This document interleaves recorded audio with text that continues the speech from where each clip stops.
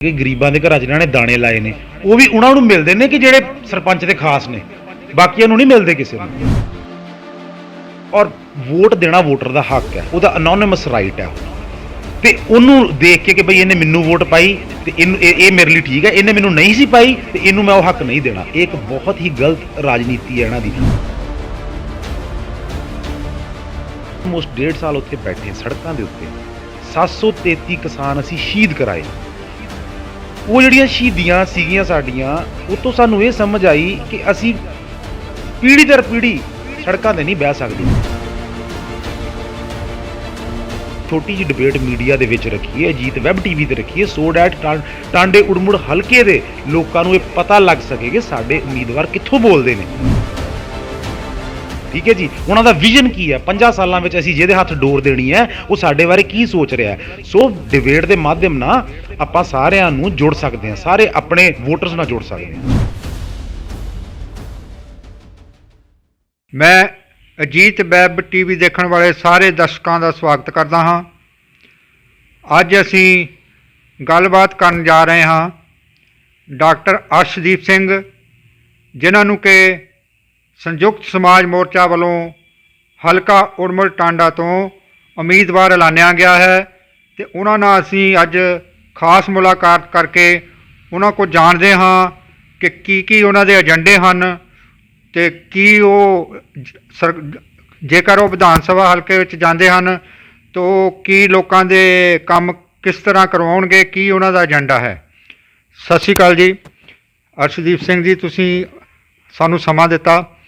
ਮੈਂ Ajit web TV ਤੋਂ ਤੁਹਾਡਾ ਸਵਾਗਤ ਕਰਦਾ ਹਾਂ ਅਤੇ ਆਪਾਂ ਜਾਣਨਾ ਚਾਹੁੰਦੇ ਹਾਂ ਕਿ ਤੁਹਾਨੂੰ ਸੰਯੁਕਤ ਸਮਾਜ ਮੋਰਚੇ ਵੱਲੋਂ ਹਲਕਾ ਉੜਮੁੜ ਟਾਂਡਾ ਦੀ ਸੀਟ ਤੋਂ ਉਮੀਦਵਾਰ ਐਲਾਨਿਆ ਗਿਆ ਹੈ ਔਰ ਜਿੱਥੋਂ ਤੱਕ ਕਿ ਮੈਂ ਜਾਣਦਾ ਹਾਂ ਕਿ ਪੂਰੇ ਹਲਕੇ ਦੇ ਵਿੱਚ ਸਭ ਤੋਂ ਵੱਧ ਅਤੇ ਪੜ੍ਹੇ ਲਿਖੇ ਉਮੀਦਵਾਰ ਸੰਯੁਕਤ ਸਮਾਜ ਮੋਰਚੇ ਵੱਲੋਂ ਹਲਕਾ ਟਾਂਡਾ ਨੂੰ ਦਿੱਤੇ ਗਏ ਹਨ ਔਰ ਇਸ ਦੀ ਜ਼ਰੂਰਤ ਵੀ ਸੀ ਅਤੇ ਤੁਸੀਂ ਆਏ ਹੋ।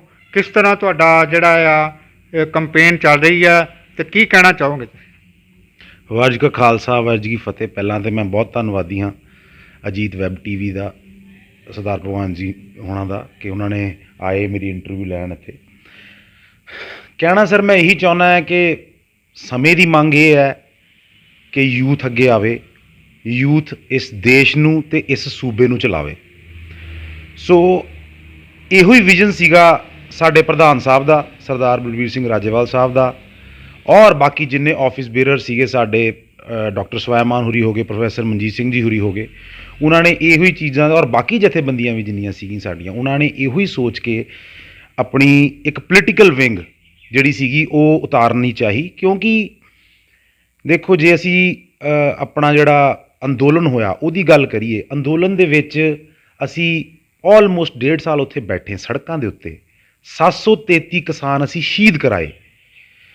ਉਹ ਜਿਹੜੀਆਂ ਸ਼ਹੀਦੀਆਂ ਸੀਗੀਆਂ ਸਾਡੀਆਂ ਉਹ ਤੋਂ ਸਾਨੂੰ ਇਹ ਸਮਝ ਆਈ ਕਿ ਅਸੀਂ ਪੀੜ੍ਹੀ ਦਰ ਪੀੜ੍ਹੀ ਸੜਕਾਂ 'ਤੇ ਨਹੀਂ ਬਹਿ ਸਕਦੇ। ਸਾਨੂੰ ਵੀ ਹੱਕ ਹੈ, ਸਾਡੇ ਬੱਚਿਆਂ ਨੂੰ ਵੀ ਹੱਕ ਹੈ ਪੜ੍ਹਨ ਦਾ, ਸਾਨੂੰ ਵੀ ਹੱਕ ਹੈ ਕਿ ਅਸੀਂ ਜੇ ਅਸੀਂ ਪੋਲਿਸੀ ਮੇਕਰ ਨਹੀਂ ਬਣਾਂਗੇ, ਜੇ ਸਾਡੇ ਵਿੱਚੋਂ ਪੋਲਿਸੀ ਮੇਕਰ ਨਹੀਂ ਬਣਨਗੇ ਤਾਂ ਸਾਡਾ ਕਿਵੇਂ ਸੂਬਾ ਅੱਗੇ ਜਾਏਗਾ। ਕਿਉਂਕਿ ਜਿਹੜੀ ਇੱਕ ਰਾਜਨੀਤੀ ਜਿਹੜੀ ਰਵਾਇਤੀ ਪਾਰਟੀਆਂ ਕਰ ਰਹੀਆਂ ਨੇ ਉਹ ਗਲੀਆਂ ਨਾਲੀਆਂ ਦੀ, ਜਿਹਨੂੰ ਆਪਾਂ ਫ੍ਰੀ ਬੀਜ਼ ਕਹਿੰਦੇ ਹਾਂ, ਮੁਫਤ ਦੀਆਂ ਚੀਜ਼ਾਂ ਦੇਣ ਦੀ ਕੋਈ ਗੱਲ ਨਹੀਂ ਕਰ ਰਿਹਾ ਕਿ ਯੂਥ ਨੂੰ ਇੰਪਲੋਇਮੈਂਟ ਕਿਵੇਂ ਦੇਣੀ ਹੈ। ਗੱਲ ਤੇ ਕਹਿੰਦੇ ਆ ਕਿ ਅਸੀਂ ਬਹੁਤ ਰੋਜ਼ਗਾਰ ਦੇਵਾਂਗੇ, ਪਰ ਇਹ ਗੱਲ ਨਹੀਂ ਕਰਦੇ ਕਿ ਉਹ ਰੋਜ਼ਗਾਰ ਦੇਣ ਦਾ ਰੋਡ ਮੈਪ ਕਿਵੇਂ ਹੋਊਗਾ 5 ਈਅਰ ਡਾਊਨ ਦਾ ਲਾਈਨ, ਕਿ ਬੱਚਿਆ ਤੂੰ ਆਹ ਚੀਜ਼ਾਂ ਕਰੇਂਗਾ ਤੇ ਤੈਨੂੰ ਨੌਕਰੀ ਮਿਲੇਗੀ।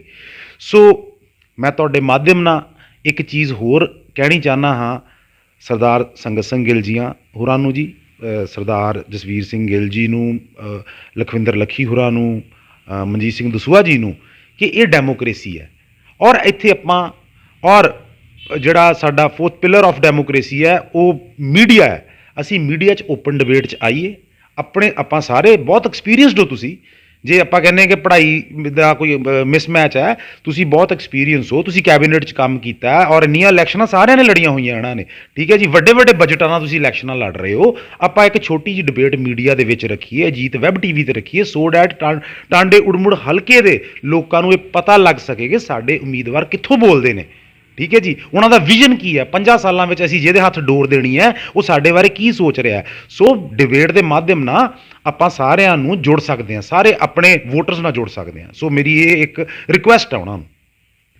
ਤੇ ਤੁਹਾਡੇ ਵੱਲੋਂ ਇੱਕ ਆਪਣਾ ਨਿੱਜੀ ਏਜੰਡਾ ਜਿਹੜਾ ਇਸ ਹਲਕੇ ਦੇ ਲੋਕਾਂ ਵਾਸਤੇ, ਸੂਬੇ ਦੇ ਵਿਕਾਸ, ਹਲਕੇ ਦੇ ਵਿਕਾਸ ਲਈ ਐਲਾਨ ਕੀਤਾ ਗਿਆ ਆ, ਕੀ ਹੈ ਉਹ ਤੁਹਾਡਾ ਏਜੰਡਾ? ਮੈਂ ਤੁਹਾਨੂੰ ਦੱਸਣਾ ਚਾਹੁੰਦਾ ਹਾਂ, ਜਿਹੜਾ ਮੇਰਾ ਏਜੰਡਾ ਹੈ ਜੀ, ਮੈਂ ਇੱਕ ਐਫੀਡੇਵਿਟ ਦੇ ਰਾਹੀਂ ਦੇ ਰਿਹਾ ਹਾਂ। ਕਿਸੇ ਵੀ ਸਿਆਸਤਦਾਨ ਨੇ, ਮੈਨੂੰ ਨਹੀਂ ਲੱਗਦਾ ਕਿ ਅਜੇ ਤੱਕ ਐਫੀਡੇਵਿਟ ਇੱਕ ਦਿੱਤਾ ਹੈ ਮੀਡੀਆ ਨੂੰ। ਇਸ ਏਜੰਡੇ ਦੇ ਵਿੱਚ ਮੇਰੇ 15 ਪੁਆਇੰਟ ਨੇ। ਉਹ ਐਗਰੀਕਲਚਰ ਤੋਂ ਸ਼ੁਰੂ ਹੋ ਕੇ ਐਗਰੀਕਲਚਰ ਅਕੈਡਮਿਕ ਇੰਟਰਫੇਸ ਤੋਂ ਸ਼ੁਰੂ ਹੁੰਦਾ ਹੈ। ਉਹਦਾ ਉਚਾਰੀਕਰਨ ਕਿਵੇਂ ਕਰ ਸਕਦੇ ਹਾਂ ਐਗਰੀਕਲਚਰ ਦਾ, ਕ੍ਰੌਪ ਪੈਟਰਨ ਦੇ ਨਾਲ ਸ਼ੁਰੂ ਹੁੰਦਾ ਹੈ ਕਿ ਆਪਾਂ ਕਿਵੇਂ ਕਿਸਾਨ ਨੂੰ ਐਜੂਕੇਟ ਕਰਨਾ ਹੈ। ਉਸ ਤੋਂ ਬਾਅਦ ਜੀ ਅਸੀਂ ਫੂਡ ਪ੍ਰੋਸੈਸਿੰਗ ਯੂਨਿਟ ਦੀ ਗੱਲ ਕਰ ਰਹੇ ਹਾਂ ਕਿ ਕਿਸਾਨਾਂ ਵਾਸਤੇ ਫੂਡ ਪ੍ਰੋਸੈਸਿੰਗ ਯੂਨਿਟ ਲਾਇਆ ਜਾਏ ਇੱਥੇ, ਜਿਹੜਾ ਉਹਨਾਂ ਦਾ ਕ੍ਰੌਪ ਸਾਡੇ ਹੀ ਇੱਥੇ ਰਹਿ ਸਕੇ। ਤੀਸਰੀ ਚੀਜ਼ ਆਪਾਂ ਇਹਦੇ 'ਚ ਗੱਲ ਕਰਦੇ ਹਾਂ ਐਮਐਸਪੀ ਦੀ। ਬਹੁਤ ਵੱਡਾ ਮੁੱਦਾ ਹੈ ਜਿਹੜਾ 70-75 ਸਾਲਾਂ ਤੋਂ ਸਾਡਾ ਸੌਟ ਆਊਟ ਨਹੀਂ ਹੋ ਰਿਹਾ। ਨਾ ਸਰਕਾਰਾਂ ਸੈਂਟਰ ਦੀਆਂ ਕਰਨੀਆਂ ਚਾਹੁੰਦੀਆਂ, ਨਾ ਸਟੇਟ ਦੀ ਕਰਨਾ ਚਾਹੁੰਦੀ ਹੈ, ਠੀਕ ਹੈ ਜੀ। ਉਸ ਤੋਂ ਬਾਅਦ ਸਰ ਅਸੀਂ ਗੱਲ ਕਰਦੇ ਹਾਂ ਸਪੋਰਟਸ ਇਨਫਰਾਸਟ੍ਰਕਚਰ ਦੀ, ਅਸੀਂ ਐਜੂਕੇਸ਼ਨ ਦੀ ਗੱਲ ਕਰਦੇ ਹਾਂ, ਵਿਮਨ ਐਮਪਾਵਰਮੈਂਟ ਕਵਰ ਕੀਤਾ ਗਿਆ ਹੈ। ਜਿਹੜੀਆਂ ਸਕਾਲਰਸ਼ਿਪਾਂ ਰੁਕੀਆਂ ਹੋਈਆਂ ਨੇ ਸਾਡੇ ਬੱਚਿਆਂ ਦੀਆਂ, ਐਸਸੀ ਬੱਚਿਆਂ ਦੀਆਂ, 2017 ਤੋਂ ਲੈ ਕੇ 2022 ਦੇ ਵਿੱਚ ਇੱਕ ਵਾਰ ਸਕਾਲਰਸ਼ਿਪ ਆਈ ਹੈ। ਉਹ ਬੱਚਿਆਂ ਦੀਆਂ ਡਿਗਰੀਆਂ, ਜਿਹੜੇ ਬੱਚੇ ਦੀ ਆਮਦਨ 2.5 ਲੱਖ ਤੋਂ ਘੱਟ ਹੁੰਦੀ ਹੈ ਪਰਿਵਾਰਕ ਆਮਦਨ, ਉਹ ਔਰ ਸ਼ਡਿਊਲ ਕਾਸਟ ਜਾਂ ਸ਼ਡਿਊਲ ਟਰਾਈਬ ਤੋਂ ਬਿਲੋਂਗ ਕਰਦਾ ਹੈ, ਉਹਨੂੰ ਸਰਕਾਰ ਕਹਿੰਦੀ ਹੈ ਕਿ ਤੇਰੀ ਫ੍ਰੀ ਪੜ੍ਹਾਈ ਹੈ। ਪੋਸਟ ਮੈਟ੍ਰਿਕ ਸਕਾਲਰਸ਼ਿਪ ਜਿਹਨੂੰ ਅਸੀਂ ਕਹਿੰਦੇ ਹਾਂ, ਪਿਛਲੇ 5 ਸਾਲਾਂ ਤੋਂ ਦਿੱਤੀ ਨਹੀਂ ਗਈ ਜੀ। ਬੱਚਿਆਂ ਦੀਆਂ ਡਿਗਰੀਆਂ ਸਟੱਕ ਨੇ ਕਾਲਜਾਂ ਦੇ ਵਿੱਚ। ਸੋ ਉਹਦੇ ਉੱਤੇ ਅਸੀਂ ਗੱਲ ਕਰਾਂਗੇ, ਉਹਨੂੰ ਕਿਵੇਂ ਸੌਟ ਆਊਟ ਕੀਤਾ ਜਾਏ ਮੈਟਰ ਨੂੰ, ਉਹਦਾ ਅਸੀਂ ਰੋਡ ਮੈਪ ਬਣਾ ਕੇ ਲੈ ਕੇ ਆ ਰਹੇ ਹਾਂ। ਦੈਨ ਅਸੀਂ ਗੱਲ ਕਰ ਰਹੇ ਹਾਂ ਇਸ ਦੇ ਵਿੱਚ ਡਰੱਗਸ ਬਾਰੇ ਗੱਲ ਕਰ ਰਹੇ ਹਾਂ, ਕਿੱਦਾਂ ਟਾਈਟਨ ਅਪ ਕੀਤਾ ਜਾਏਗਾ। ਦੇਖੋ ਅਸੀਂ ਡਰੱਗ, ਆਪਾਂ ਕਹਿੰਦੇ ਨਸ਼ਾ ਛੁਡਾਊ ਕੇਂਦਰ ਖੋਲ੍ਹਤੇ ਜੀ। ਨਸ਼ਾ ਛੁਡਾਊ ਕੇਂਦਰ ਤੁਸੀਂ ਖੋਲ੍ਹ ਦਿਓ, ਇੱਕ ਬੰਦੇ ਨੂੰ ਤੁਸੀਂ ਡਰੱਗ ਫ੍ਰੀ ਕਰ ਦਿੰਦੇ ਹੋ, ਪਰ ਜੇ ਡਰੱਗ ਵਿਕਦੀ ਰਹੀ ਤਾਂ 5 ਜਾਣੇ ਹੋਰ ਲੱਗ ਜਾਂਦੇ ਆ। ਸੋ ਪਹਿਲਾਂ ਜਿਹੜਾ ਓਰੀਜਨ ਹੈ ਉਹਦਾ, ਉਸ ਡਰੱਗ ਦਾ ਓਰੀਜਨ ਕਿੱਥੋਂ ਹੋ ਰਿਹਾ, ਉਹਨੂੰ ਫੜਨਾ ਜ਼ਰੂਰੀ ਹੈ। ਉਹਦੇ ਵਾਸਤੇ ਅਸੀਂ ਰੋਡ ਮੈਪ ਲੈ ਕੇ ਆ ਰਹੇ ਹਾਂ। ਜਿਹੜਾ ਰੇਤ ਮਾਫੀਆ ਇੱਥੇ ਚੱਲ ਰਿਹਾ, ਉਹਦੇ ਵਾਸਤੇ ਅਸੀਂ ਗੱਲ ਕਰ ਰਹੇ ਹਾਂ। ਅਸੀਂ ਟਾਈਟ ਅਪ ਕਰਨਾ ਚਾਹੁੰਦੇ ਹਾਂ ਇਸ ਹਿਸਾਬ ਨਾਲ ਪੂਰੇ ਲਾਅ ਐਂਡ ਆਰਡਰ ਨੂੰ ਕਿ ਕ੍ਰਾਈਮ ਹੋ ਹੀ ਨਾ ਸਕੇ। ਸੋ ਇਹ ਕੁਝ ਮੁੱਦੇ ਨੇ। ਬਾਕੀ 15 ਪੁਆਇੰਟ ਏਜੰਡੇ ਹੋਰ ਵੀ ਨੇ। ਹਾਂ, ਮੈਂ ਸ਼ੈਲਟਰ ਦੀ ਗੱਲ ਕਰ ਰਿਹਾ, ਪੱਕੇ ਘਰਾਂ ਦੀ ਆਪਾਂ ਗੱਲ ਕਰ ਰਹੇ ਹਾਂ। ਜਿਹੜੀਆਂ ਸਕੀਮਾਂ ਨੇ, ਚਾਹੇ ਸੈਂਟਰ ਦੀਆਂ ਨੇ, ਸਟੇਟ ਦੀਆਂ ਨੇ, ਐਂਡ ਯੂਜ਼ਰ ਤੱਕ ਪਹੁੰਚਦੀਆਂ ਨਹੀਂ, ਉਹਨਾਂ ਨੂੰ ਪਹੁੰਚਾਇਆ ਕਿਵੇਂ ਜਾਏ। ਸੋ ਉਹ ਇੱਕ ਅਸੀਂ ਮਾਪਦੰਡ ਬਣਾਵਾਂਗੇ। ਸਟੈਂਡਰਡ ਆਪਰੇਟਿੰਗ ਪ੍ਰੋਸੀਜਰ ਹੋਣਗੇ ਦੇ ਵਿੱਚ। ਮੈਂ ਪਹਿਲਾਂ ਵੀ ਗੱਲ ਕੀਤੀ, ਹੁਣੇ ਤੁਸੀਂ ਦੇਖ ਲਓ ਜਿਹੜੀਆਂ ਰੈਸਲਾਂ ਚੱਲ ਰਹੀਆਂ ਨੇ, ਇੱਕ ਕਿੱਡਾ ਤਕੜਾ ਐਡਮਿਨਿਸਟ੍ਰੇਟਿਵ ਫੇਲੀਅਰ ਹੈ। ਜਿਹੜੀਆਂ ਇਲੈਕਸ਼ਨਾਂ ਵਾਸਤੇ ਰੈਸਲਾਂ ਚੱਲ ਰਹੀਆਂ ਨੇ, ਟਾਂਡੇ ਤੋਂ ਰੋਜ਼ ਉਹਨਾਂ ਨੂੰ ਹੁਸ਼ਿਆਰਪੁਰ ਜਾਣਾ ਪੈਂਦਾ ਹੈ। ਦਸੂਹੇ ਵਾਲੇ ਦਸੂਹੇ ਕਰ ਰਹੇ ਨੇ, ਮੁਕੇਰੀਆਂ ਵਾਲੇ ਮੁਕੇਰੀਆਂ ਕਰ ਰਹੇ ਨੇ।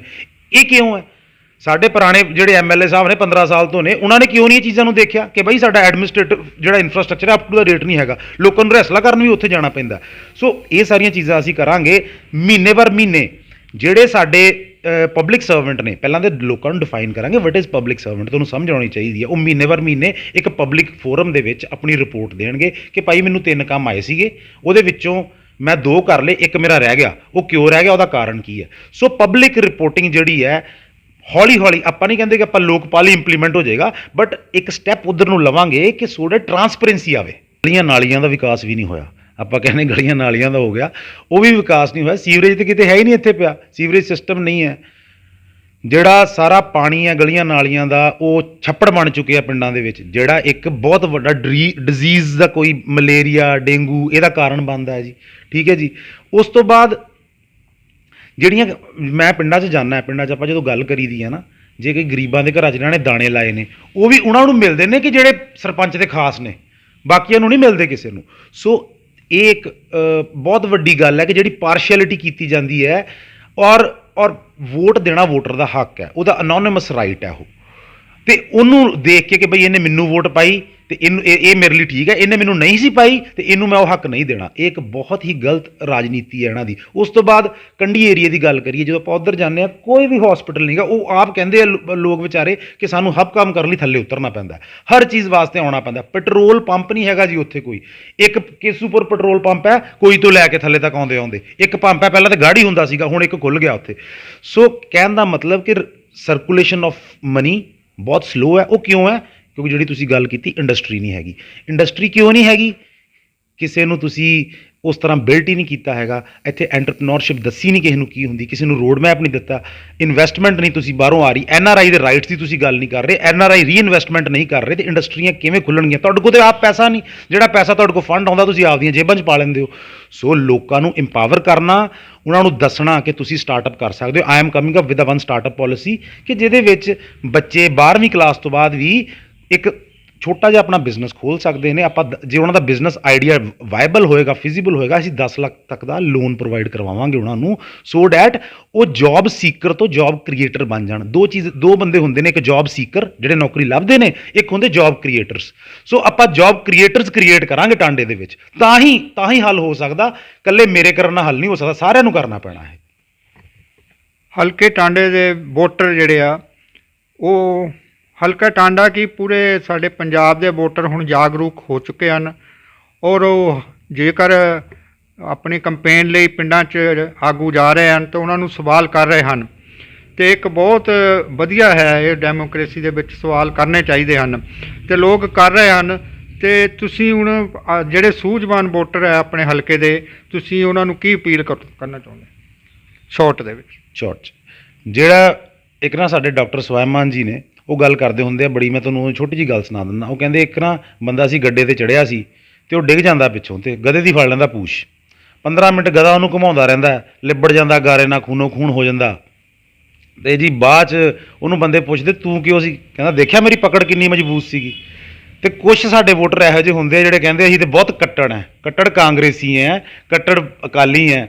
ਉਹਨਾਂ ਨੂੰ ਸਮਝਣ ਦੀ ਲੋੜ ਹੈ, ਕੱਟੜ ਤਾਂ ਕੁਛ ਨਹੀਂ ਗੀ, ਤੁਸੀਂ ਆਪਦੇ ਆਪ ਨੂੰ ਲਪੇਟ ਰਹੇ ਹੋ। ਸੋ ਸਵਾਲ ਪੁੱਛੋ, ਸੂਝਵਾਨ ਬਣੋ, ਜਾਗਰੂਕ ਹੋ। ਵੋਟ ਜਿਹੜਾ ਹੈ ਤੁਹਾਡਾ ਹੱਕ ਹੈ, ਐਂਡ ਤੁਸੀਂ 5 ਸਾਲ ਵਾਸਤੇ ਕਿਸੇ ਦੇ ਹੱਥ ਡੋਰ ਦੇਣੀ ਹੈ। That's why know your candidate first. ਜਾਣੋ ਉਹਦੀ ਐਜੂਕੇਸ਼ਨ ਕੀ ਹੈ, ਉਹਦਾ ਥਾਟ ਪ੍ਰੋਸੈਸ ਕੀ ਹੈ। ਸੋ ਇਹ ਸਾਰੀਆਂ ਚੀਜ਼ਾਂ ਦੇ ਉੱਤੇ ਮੈਂ ਉਹਨਾਂ ਨੂੰ ਅਪੀਲ ਕਰਦਾ ਕਿ ਜਾਣ ਕੇ ਹੀ ਵੋਟ ਕਰੋ ਹਰ ਚੀਜ਼ ਬਾਰੇ। ਜਿਸ ਤਰ੍ਹਾਂ ਕਿ ਸਰਦਾਰ ਬਲਬੀਰ ਸਿੰਘ ਰਾਜੇਵਾਲ ਔਰ ਡਾਕਟਰ ਸਵੈਮਾਨ ਤੁਹਾਡੀ ਚੋਣ ਮੁਹਿੰਮ ਦੇ ਵਿੱਚ ਆ ਕੇ ਚੋਣ ਪ੍ਰਚਾਰ ਕਰ ਰਹੇ ਹਨ, ਅਤੇ ਕਿਸ ਤਰ੍ਹਾਂ ਉਹਨਾਂ ਵੱਲੋਂ ਕਿਸ ਤਰ੍ਹਾਂ ਲੋਕਾਂ ਵੱਲੋਂ ਹੁੰਗਾਰਾ ਦਿੱਤਾ? ਬਹੁਤ ਨਿੱਘਾ ਹੁੰਗਾਰਾ ਹੈ ਜੀ। ਕੱਲ੍ਹ BKU ਦੇ ਸਾਡੇ ਪ੍ਰਧਾਨ ਸਾਹਿਬ ਵੀ ਆਏ ਸੀ, ਗੁਰਿੰਦਰ ਜੀ ਹੁਰੀ ਵੀ ਆਏ ਹੋਏ ਸੀ, ਰਾਜੇਵਾਲ ਸਾਹਿਬ ਵੀ ਸੀਗੇ, ਸਵੈਮਾਨ ਸਾਹਿਬ ਵੀ। ਇੱਕੋ ਦਿਨ ਸਾਰੇ ਵੱਡੇ ਲੀਡਰ ਕੱਲ੍ਹ ਮੈਨੂੰ ਆਏ ਟਾਂਡੇ। ਆਪਾਂ ਖੇੜਾ ਸਾਹਿਬ ਨਤਮਸਤਕ ਵੀ ਹੋਣ ਗਏ, ਉੱਥੇ ਬਾਬਾ ਜੀ ਹੋਰਾਂ ਨੇ ਵੀ ਆਸ਼ੀਰਵਾਦ ਦਿੱਤਾ ਸਾਨੂੰ। ਸੋ ਬਹੁਤ ਭਰਮਾ ਹੁੰਗਾਰਾ ਮਿਲ ਰਿਹਾ ਹੈ। ਨਾਟ ਈਵਨ ਆਪਾਂ ਕਹਾਂ, ਸਾਨੂੰ ਲੋਕ ਕਹਿੰਦੇ ਕਿ ਫਾਰਮਿੰਗ ਕਮਿਊਨਿਟੀ ਤੁਹਾਨੂੰ ਵੋਟ ਕਰਨ ਵਾਲੀ ਹੈ। ਨਹੀਂ, ਫਾਰਮਿੰਗ ਨਹੀਂ, ਯੂਥ ਵੀ ਸਾਨੂੰ ਵੋਟ ਕਰੇਗਾ। ਸਾਨੂੰ ਉਹ ਲੋਕ ਵੀ, ਸਾਨੂੰ ਮਜ਼ਦੂਰ ਭਾਈਚਾਰਾ ਵੀ ਵੋਟ ਕਰੇਗਾ। ਅਸੀਂ ਗੱਲ ਕਰ ਰਹੇ ਹਾਂ ਵਾਲਮੀਕੀ ਸਮਾਜ ਦੀ, ਉਹ ਵੀ ਸਾਨੂੰ ਵੋਟ ਕਰੇਗਾ। ਸੋ ਇਹ ਇਲੈਕਸ਼ਨ ਦੇ ਵਿੱਚ ਅਸੀਂ ਜਾਗਰੂਕ ਕਰ ਰਹੇ ਹਾਂ ਲੋਕਾਂ ਨੂੰ। ਅਸੀਂ ਇੱਕ ਵੱਡੀ ਧਿਰ ਦੇ ਤਹਿਤ ਵੱਧ ਰਹੇ ਹਾਂ ਅੱਗੇ ਨੂੰ, ਔਰ ਪੰਜਾਬ ਨੂੰ ਇੱਕ ਚੰਗਾ ਸੁਨਹਿਰੀ ਭਵਿੱਖ ਦੇਣ ਵਾਸਤੇ ਅਸੀਂ ਬਹੁਤ ਅਗਰਸਰ ਹਾਂ, ਔਰ ਅਸੀਂ ਇਹ ਦੇ ਕੇ ਹੀ ਰਵਾਂਗੇ। ਮੈਂ ਛੋਟ 'ਚ ਪੁੱਛਦਾ ਹਾਂ, ਅੰਤ ਵਿੱਚ ਮੇਰਾ ਸਵਾਲ ਹੈ ਕਿ ਟਾਂਡੇ ਦੇ ਤੁਸੀਂ ਆਏ ਹੋ, ਕੈਂਡੀਡੇਟ ਹੋ, ਹੋਰ ਵੀ ਬਹੁਤ ਸਾਰੇ ਕੈਂਡੀਡੇਟ ਹਨ, ਉਹ ਵੀ ਆਪਣੇ ਆਪਣੇ ਜੋ ਉਹਨਾਂ ਦੇ ਏਜੰਡੇ ਆ ਰੱਖ ਰਹੇ ਹਨ, ਅਤੇ ਲੋਕ ਜਿਹੜੇ ਆ, ਵੋਟਰ ਜਿਹੜੇ ਆ, ਤੁਹਾਨੂੰ ਕਿਉਂ ਵੋਟ ਕਰਨ?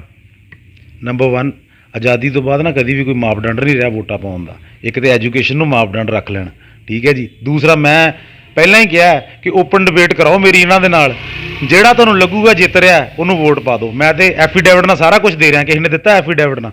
ਸੋ ਇਹ ਸਾਰੀਆਂ ਚੀਜ਼ਾਂ ਨੇ ਤੁਹਾਡੇ ਸਾਹਮਣੇ, ਕਹਿੰਦੇ ਨਾ ਪ੍ਰਤੱਖ ਨੂੰ ਪ੍ਰਮਾਣ ਦੀ ਜ਼ਰੂਰਤ ਨਹੀਂ, ਤੁਹਾਡੇ ਸਾਹਮਣੇ ਸਾਰਾ ਕੁਝ ਹੈ, ਅਤੇ ਉਹੀ ਮੱਦੇ ਨਜ਼ਰ ਰੱਖਦੇ ਹੋਏ ਮੈਨੂੰ ਵੋਟ ਪਾਉਣ। ਧੰਨਵਾਦ ਜੀ ਤੁਹਾਡਾ। ਥੈਂਕ ਯੂ ਜੀ, ਸਤਿ ਸ਼੍ਰੀ ਅਕਾਲ। ਇਹ ਸਨ ਸਾਡੇ ਨਾਲ ਵਿਧਾਨ ਸਭਾ ਹਲਕਾ ਉੜਮੜ ਸੀਟ ਤੋਂ ਡਾਕਟਰ ਅਰਸ਼ਦੀਪ ਸਿੰਘ, ਜੋ ਕਿ ਬਹੁਤ ਹੀ ਪੜ੍ਹੇ ਲਿਖੇ ਅਤੇ ਸੂਝਵਾਨ ਜਿਹੜੇ ਉਮੀਦਵਾਰ ਹਨ। ਇਹਨਾਂ ਨੇ ਸਾਨੂੰ ਟਾਈਮ ਦਿੱਤਾ। ਇਹਨਾਂ ਦਾ ਕਹਿਣਾ ਹੈ ਕਿ ਉਹਨਾਂ ਵੱਲੋਂ ਇੱਕ ਜਿਹੜਾ ਨਿੱਜੀ ਏਜੰਡਾ ਵੀ ਪੇਸ਼ ਕੀਤਾ ਗਿਆ ਹੈ, ਔਰ ਉਹ ਜਿਹੜਾ ਏਜੰਡਾ ਸਿਰਫ ਇੱਕ ਗੱਲਬਾਤ ਨਾਲ ਹੀ ਨਹੀਂ, ਉਹਨਾਂ ਨੇ ਇੱਕ ਐਫੀਡੇਵਿਟ ਮੀਡੀਆ ਨੂੰ ਦਿੱਤਾ ਹੈ ਕਿ ਮੈਂ ਇਸ ਏਜੰਡੇ ਦੇ ਉੱਤੇ ਕੰਮ ਕਰਾਂਗਾ। ਜੇਕਰ ਮੈਂ ਇਸ ਏਜੰਡੇ 'ਤੇ ਨਾ ਕੰਮ ਕਰਾਂ ਤਾਂ ਫਿਰ ਤੁਸੀਂ ਜੋ ਵੀ ਚਾਹੇ ਕਰ ਸਕਦੇ ਹੋ। ਮੈਂ ਇਹਨਾਂ ਦਾ ਬਹੁਤ ਬਹੁਤ ਧੰਨਵਾਦ ਕਰਦਾ ਹਾਂ ਜਿਨ੍ਹਾਂ ਨੇ ਅਜੀਤ ਵੈਬ TV ਦੇ ਉੱਤੇ ਆ ਕੇ ਸਾਡੇ ਨਾਲ ਮੁਲਾਕਾਤ ਕੀਤੀ। ਮੈਂ ਭਗਵਾਨ ਸਿੰਘ ਸੈਣੀ, ਅਜੀਤ ਵੈਬ TV, ਟਾਂਡਾ ਉੜਮੜ। ਆ ਲੈ, ਚੂਰੀ ਬੰਨ੍ਹ ਦਿੱਤੀ ਹੈ। ਗਰਮ ਗਰਮ ਰੋਟੀ ਤੇ ਦਾਲ ਲਈ ਬੰਤੇ ਨੂੰ ਦੁਪਹਿਰੇ ਘਰ ਭੇਜ ਦੇਵੀਂ। ਤੇ ਬੇਬੇ ਮੇਰੀ ਰੋਟੀ ਆ ਪਈ ਐ ਮੰਜੇ ਤੇ। ਠੀਕ ਹੈ। ਤੰਤੋ, ਹਾਂ ਰੱਬ ਸਦਾ ਸਲਾਮਤ ਰੱਖੇ ਬਾਦਲ ਨੂੰ। ਸਸਤਾ ਆਟਾ ਤੇ ਦਾਲ ਦਵਾ ਕੇ ਸਾਨੂੰ ਗਰੀਬਾਂ ਨੂੰ 2 ਜੂਨ ਦੀ ਰੋਟੀ ਪੱਕੀ ਕਰ ਦਿੱਤੀ। ਆਟਾ ਦਾਲ ਸਕੀਮ ਨਾਲ ਅਸੀਂ ਭੁੱਖੇ ਨਹੀਂ ਸੋਏ ਕਦੇ।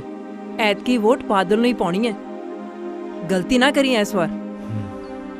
ਵੋਟ ਪਾਣੀ ਉਹਨਾਂ ਨੂੰ ਜਿਹੜੇ ਸਮਝਣ ਸਾਡੇ ਦਰਦਾਂ ਨੂੰ।